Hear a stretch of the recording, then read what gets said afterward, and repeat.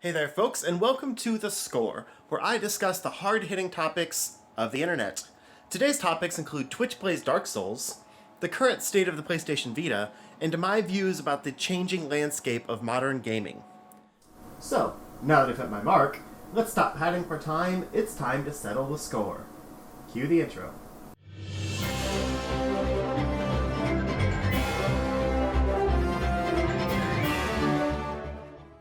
Let's start with some of the sillier news recently.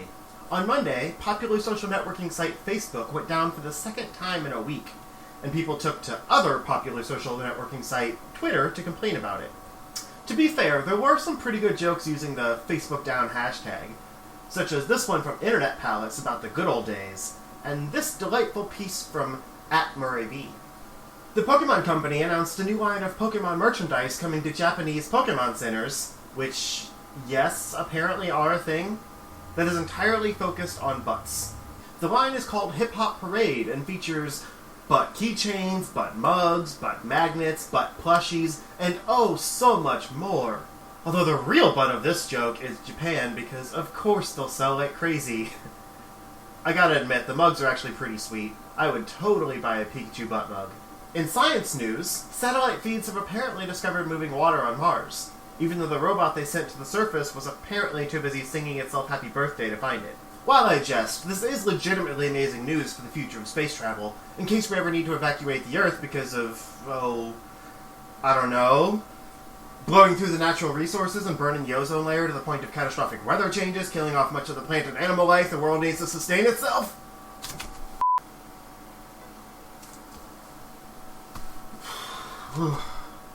Where was I?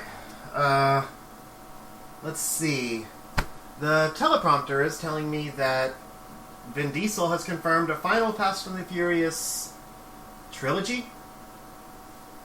I think I lost some brain cells when I passed out. That can't be right. Yep. Vin said he wants to have one more trilogy of movies to end the series on. I'm sorry, but if you need an entire trilogy of movies in order to properly end your series, it's probably gotten too complicated. Moving on to the world of gaming, the popular internet phenomenon Twitch Plays has beaten their hardest game yet, Dark Souls. This means that a handful of gamers and internet trolls in a chat room are more skilled than me, because I couldn't even get out of the first tutorial area of that game. I don't even really have a joke here, I'm just impressed. And kind of curious what Jimmy Kimmel would have to say about that. And in more gaming news, Sony has revealed a successor to their second-generation handheld, the PlayStation Vita, is unlikely at this point, as they believe that mobile gaming has killed the desire for a dedicated handheld device. When pressed for response, Nintendo uploaded a video to their YouTube channel of their executives rolling around in the piles of money they've gotten from the success of the 3DS handheld and laughing maniacally. But seriously, how is this even news? Sony themselves killed that handheld off years ago, despite insistent third-party Japanese and Indian developers, and Sony is blaming mobile gaming for its decline. For shame. That does bring me to the main topic of this episode, though, which is the major changes that have come to the gaming industry in the past 10 years or so. I actually had this topic planned from the beginning. It's part of why I wanted to do this series. But then my friend Serendipitia sent me a bunch of topic ideas, and one of them was about how the industry has changed and what changes I think will come in the future. So it was perfect timing for this first episode. Anyway, a lot of people tend to blame the growing mobile gaming landscape for a lot of the changes in the console gaming market. And I would agree with that to an extent. But there are a lot of far more important issues than that. Let's take a trip down memory lane to 10 years ago. Little 16-year-old Justin was enjoying his new Nintendo DS with games like Kirby Canvas Curse and Nintendogs. And at E3 2005, the Xbox 360, PS3, and Wii were all announced for the first time. They promised a new internet-connected future for gaming, where people all over the world could play together and the games could be downloaded directly to the system without even leaving the house.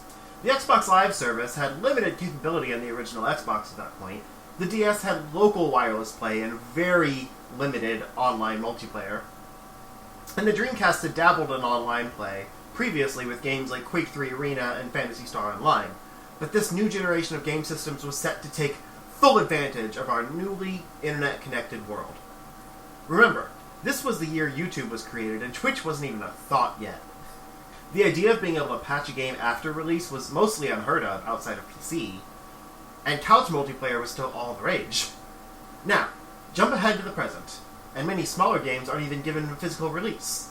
On the Xbox One and PS4, even games bought physically have to essentially install themselves on the hard drive before playing, and day one patches are more common than games actually releasing in complete stable form. I don't immediately have a problem with this, as games run smoother pre-installed, and patches are better than just letting a game be buggy like the good old days of exploiting glitches for speedruns. What I have a problem with is a reliance on fix-it-later attitudes. Winter of 2014 was full of AAA titles with huge development teams that were released either unfinished or just broken. Anyone who picked up the games day one were treated to hours of waiting on patches before they could even play the game they had waited until midnight to pick up, only to find out that it was still barely playable. Then there were games like Destiny, which felt like the start of a better game at the price of a finished game. Fast forward a year to the release of Destiny's first major expansion, The Taken King, and anyone who has stuck with it probably purchased the base game and its season pass, plus the Taken King expansion, all of which total more than $100 for a game that finally feels like a full $60 game. I remember a few years ago everyone was up in arms over Capcom and their Day 1 DLC, where all of the content was already on the disc, but could only be unlocked by paying extra. And unfortunately that trend has become the new industry standard, and yet people seem to have just come to accept it at this point. I see this from both sides. On one hand, the value for $60 has lessened as the average consumer sees amazing indie games, and even some mobile games, that are just as good as these AAA titles, but at a fraction of the price. And that makes it less justifiable to pay $60 for an unfinished, broken game, especially when you factor in the cost of season passes, expansions, and other microtransactions that almost every game puts out these days.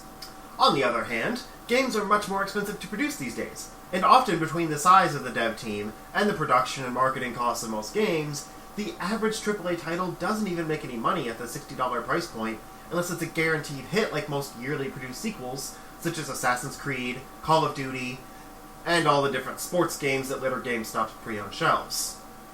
This causes most teams to either not bother with originality, or to put out a relatively standard IP, such as the sleeper hit Watch Dogs, and then assess its popularity before putting their full effort and innovation into a sequel. By keeping the price of new games at constant, even with inflation costs of other goods drastically rising in the past 20 years, the actual value of content you're paying for at that price can vary depending on how much money the developers have to sink into the property, since the profit margin is so low. This is a large part of why developers rely on high-priced DLC to supplement that value. Anyone who wants to enjoy the base experience can get their money's worth at the $60 price point, but the full game is unlocked by paying the real price, which includes the cost of DLC. It's all about giving the consumer options, rather than just raising the price of the base game to $80 or $100, and including all of that content by default, which the average gamer might not even care about and just be mad about the price change. Another major change in the modern gaming landscape is the rise of crowd-funded projects through sites like Kickstarter and Indiegogo. Rather than requiring major studio funding in order to create someone's dream project, which usually required sacrificing the vision in order to satisfy the money holders, these sites allowed the project to be funded by the actual target market. This created a revolution in game creation and a rise in the quality of independently created media. Allowing a company to receive its funding before creation, rather than reimbursing them afterwards, meant that anyone with the talent and support could create their masterpiece, not just the rich. This is something I will touch on more in the future as a debate, but needless to say it's not always a good thing, as many projects don't come out as promised, or don't come out at all. Other times the sites can just be abused, such as the recent Kickstarter for Mighty No. 9, which I was actually an early backer of because that game really excited me, and I'll admit, so far I'm very happy with the result, as I explained in my recent playthrough of the backer demo, which I'll shamelessly plug right here. The problem comes, though, when they decided to start a second Kickstarter for another game in that universe before providing the original product.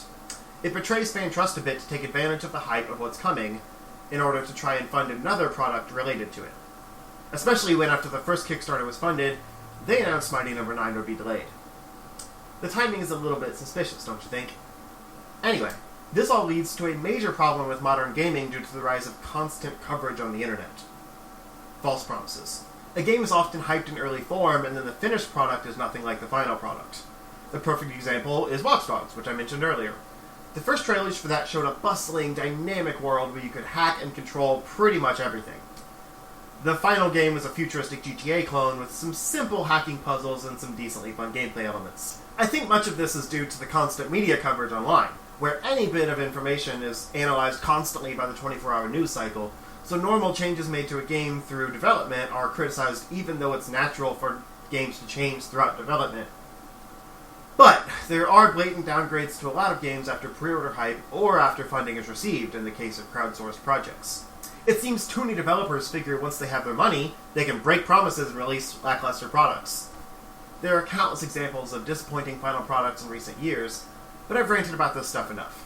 So the final point I have to make is that mobile gaming is a small portion of the problems in the modern gaming community. One could argue that it's caused a lot of the microtransactions and paid DLC in modern games, but the two almost happen simultaneously if you look into the history.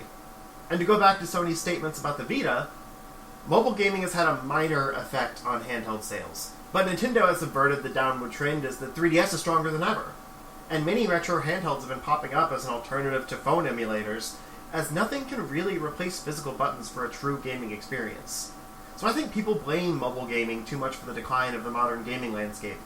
But I really do fear for the future of gaming as the false promises, generic sequels, and broken gaming experiences become more commonplace, and most companies fear originality just won't be profitable. Now's where you come in, though. Let's continue the discussion in the comments or on Twitter. Let me know what changes you think will take over the gaming industry in the next 10 years using the hashtag #TheScore. We'll follow up with some answers in the next episode. Whew. I don't know about you, but I'm winded. I think that means it's time to call it a day. This has been The Score. I've been Justin. I hope you've been entertained. And until next time, stay informed.